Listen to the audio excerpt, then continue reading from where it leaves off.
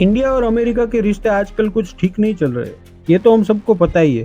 Trump की tariff वाली game, बाद में 50% टैरिफ लगा देना, ये कहकर कि भारत रशिया से ऑयल खरीदता है और इससे रशिया और भी पावरफुल हो रहा है और रशिया यूक्रेन युद्ध रुक नहीं रहा है। कोई सेंस है इस बात की? वैसे ऑयल तो रशिया से चाइना भी खरीद रहा है और यूरोप के कई देश भी रशिया से कुछ न कुछ व्यापार तो कर ही रहे हैं। तो ये ट्रंप चाचा को हमसे ही इतना प्यार क्यों है कि उन्हें हमारा नाम लेना पड़ रहा है? कहीं ऐसा तो नहीं कि उन्हें दर्द कुछ और है और कुछ और बात चल रही है? मेरा मतलब है कि कहीं ऐसा तो नहीं कि भारत के साथ टेरिफ खेलकर वो भारत को इतना प्रेशराइज कर दे कि भारत रशिया को किसी भी तरह का सपोर्ट ना करे और रशिया अकेला पड़ जाए और मजबूरन पुतिन को रशिया यूक्रेन युद्ध रोकना पड़े और ट्रंप द ग्रेट को इसका भी क्रेडिट मिल जाए। अरे झूठ बोल रहा है, ये झूठ बोल रहा है। मतलब Bharat, Pakistan, Iran, Israel, Rwanda, Congo, Cambodia, Thailand जैसे और भी कई इश्यूज का क्रेडिट तो वो पहले ही ले चुके हैं। लेकिन इन सब देशों की पर्सनल प्रॉब्लम्स में ट्रंप का क्या काम है? बोलेगा ये समस्या है रे, क्या बोलने का? काम दरअसल ट्रंप का ही है, क्योंकि नोबेल तो उन्हें ही चाहिए ना। ये बड़ी अच्छी बात कही आप। दरअसल ट्रंप चाचा को नोबेल का शांति पुरस्कार चाहिए। उनके हिसाब से वो शांति के सबसे बड़े मसीहा है।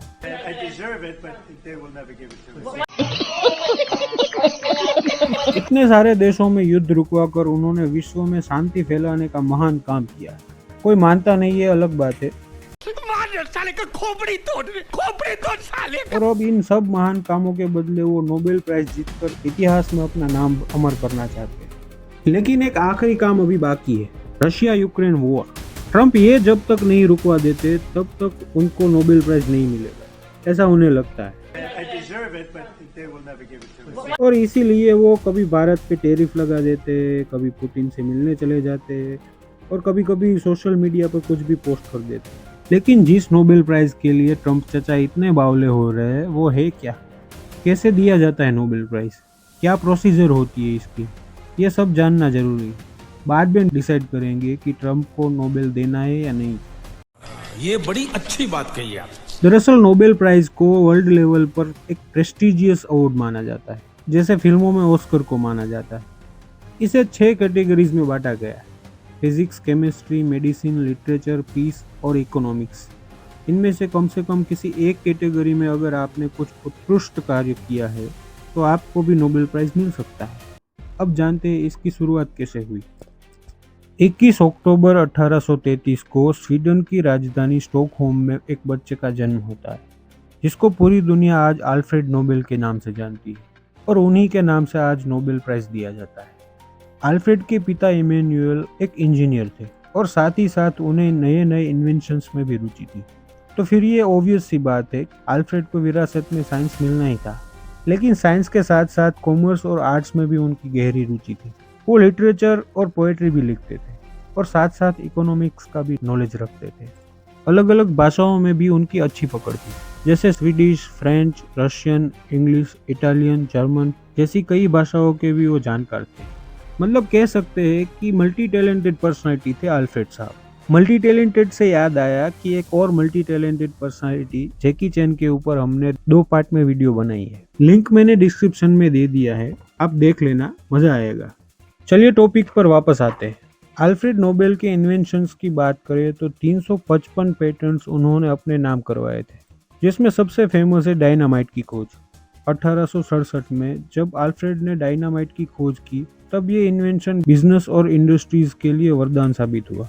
माइनिंग और कंस्ट्रक्शन में तो जैसे रिवॉल्यूशन आ गया।